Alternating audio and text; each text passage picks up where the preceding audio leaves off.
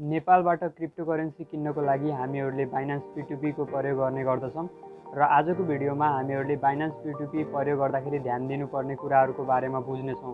यहाँ मैले Binance p2p खोलिसकेको छु र यहाँ तपाईहरुले देख्न सक्नुहुन्छ विभिन्न अर्डरहरू रहेका छन् यहाँ र अहिले चाहिँ usdt एकदमै महँगो भएको छ। हुन त नेपालको USD रेट पनि एकदमै बढी भएको छ हैन। ल अब सिधै मुद्दामा के गर्ने त पहिला सुरु यदि Binance p2p मा सेफ डिल गर्नको लागि के गर्ने त पहिला सुरु त तपाईहरुले यहाँनिर कम्प्लिट रेट हेर्नुपर्ने हुन्छ हैन। यहाँनिर म तपाईहरुलाई एरो गरेर देखाउँछु। यो जुन 100% देखाएको छ नि हो यो रेटलाई हेर्नुपर्ने हुन्छ हैन। तर यो रेट पनि कुनै ठुलो कुरा हैन। हामीहरुले मेन हेर्नुपर्ने भनेको त्यहाँ भित्र गएर प्रोफाइलमा हो। जस्तै म यो मेगा USDT ट्रेडरमा गए र यहाँनिर तपाईहरुले हेर्न सक्नुहुन्छ हामीहरुले सबैभन्दा महत्त्वपूर्ण कुरा भनेको यो रजिस्टर डेट र फर्स्ट ट्रेड गरेको दिन कति भएको छ त्यो हेर्नुपर्छ र ट्रेडिङ काउन्टर पार्टी हो। यो तीनवटा सबैभन्दा महत्त्वपूर्ण कुरा हो र यहाँनिर बुझ्नु होला कि 2021 को अन्तिमतिर मात्रै लगभग तपाईको जुलाई अगस्ततिर मात्रै NRB ले एउटा नोटिस निकालेको थियो। त्यससँगै लगतै धेरै नोटिसहरू पनि निकालेको छ र यहाँनिर तपाईहरुले यो जुन छ नि रजिस्टर डेज अगो हो यो चाहिँ हामीहरुले 700 दिन भन्दा माथि या 600 दिन भन्दा माथि भएको यो हेर्नुपर्ने हुन्छ हैन। दुईटै रजिस्टर्ड यहाँ छ नि रजिस्टर्ड 646 दिन र फर्स्ट ट्रेड 638 दिन यो चाहिँ हामीहरुले 600 दिन भन्दा माथि हुनुपर्छ र अर्को कुरा ट्रेडिङ काउन्टर पार्टी यो छ नि हो यो चाहिँ 500 भन्दा माथि हुनुपर्छ। यो भन्दा कम भयो भने चाहिँ तपाईहरुले त्यससँग डिल नगर्नु होला। जस्तै यो व्यक्तिसँग ट्रेड गर्ने हैन कहिले पनि बुझ्नुभयो नि। यो जुन 52 दिन 23 दिन लेखेको छ यो व्यक्तिसँग हामीहरुले कहिले पनि ट्रेड गर्ने हैन। हामीहरुले सधैँ अघि नै मैले तपाईहरुलाई मेगा USDT ट्रेडर भन्ने देखाएको थिएँ हो। यसमा 600 दिन भन्दा माथि छ। यहाँ हेर्न सक्नुहुन्छ 600 दिन भन्दा माथि छ। यो भन्दा कम भएको कुनै पनि ट्रेडरसँग हामीहरुले बाई सेल गर्ने हैन। जस्तै इट्स मी सुजुका भन्ने छ सिजुका यो पनि 132 दिनको रहेको छ।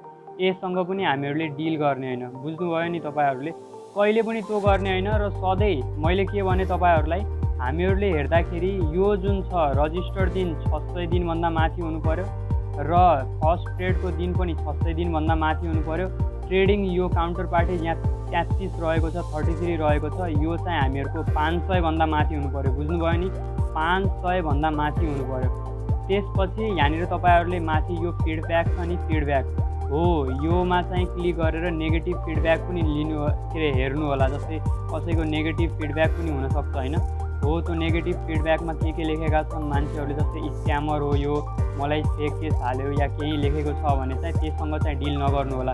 र सबैभन्दा राम्रो काम के हुन्छ भन्दाखेरि यहाँनिर फिल्टरमा क्लिक गरेर तपाईहरुले हल्का महँगो या सस्तो भयो नि हैन तपाईहरुले यहाँनिर मर्चेन्टसँग चाहिँ यहाँनिर तपाईहरुले तल फिल्टर देख्नु भएको छ। यो मर्चेन्टसँग चाहिँ बाई सेल गर्न सक्नुहुन्छ किनकि मर्चेन्टसँग बाई गर्दाखेरि सेल गर्दाखेरि चाहिँ हामीहरुलाई एकदमै सेफ हुने गर्छ हैन। र यहाँनिर मर्चेन्टमा क्लिक गर्यो र त्यसपछि कन्फर्ममा क्लिक गर्दै पनि यहाँनिर हेर्न सक्नुहुन्छ बाईको लागि चाहिँ हामीहरुको दुईवटा डिलहरू रहेको छ। यहाँ दुईवटा डिल र सेलको लागि पनि पहिला थिएन अहिले छ कि नै अहिले रहेछ। सेलको लागि पनि तपाईहरुलाई यहाँनिर मर्चेन्टसँग पाउन सक्नुहुन्छ हैन।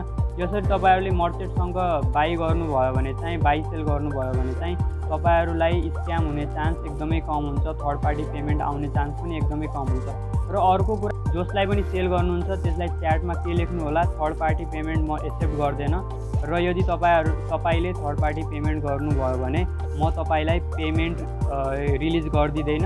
र अर्को कुरा मलाई स्क्रिनशट पठाउनु होला पेमेन्ट गरिसकेपछि भनेर भन्नु होला। स्क्रिनशट एकदमै चाहिन्छ। स्क्रिनशट पठाइसकेपछि उसले तपाईहरुले त्यो स्क्रिनशट खोलेर त्यसको पनि स्क्रिनशट लिनु होला र लिइसकेपछि तपाईले त्यो स्क्रिनशटमा भएको डिटेलहरु जस्तै यदि मोबाइल बैंकिङबाट गरेको छ भने त्यो मोबाइल बैंकिङबाट पेमेन्ट गर्दाखेरि नम्बर हुन्छ त्यहाँ हैन। कुनै बैंकमा चाहिँ त्यहाँनिर नाम हुन्छ फर्स्ट नेम नै दिन्छ बैंक एकाउन्ट नेम नत्र कुनै बैंकमा चाहिँ त्यहाँनिर तलतिर नम्बर हुन्छ हैन मोबाइल नम्बर त्यो चाहिँ तपाईहरुले ट्रु कलरमा गएर सर्च गर्न सक्नुहुन्छ। ट्रु कलर इन्स्टल गरेर तपाईहरुले सर्च गर्न सक्नुहुन्छ र त्यहाँनिर त्यो नामको व्यक्ति छ कि नै त्यो हेर्नु होला। त्यो गरिसकेपछि चाहिँ तपाईहरु एकदमै सेफ हुन सक्नुहुन्छ हैन। यहाँनिर अर्को कुरा यहाँ तपाईहरुले देख्न सक्नुहुन्छ 33 छ यहाँनिर ट्रेडिङ काउन्टर पार्टी। यहाँ रजिस्टर पनि 132 फर्स्ट ट्रेड पनि 132 छ। हो। यस्तोसँग कहिले पनि ट्रेड गर्ने होइन। 600 दिनभन्दा माथि भएको, रजिस्टर्ड पनि 600 दिन, फर्स्ट ट्रेड पनि 600 दिन र ट्रेडिङ काउन्टर पार्टिज पनि 600 दिन, के अरे 500 भएको है, सरी 600 भने।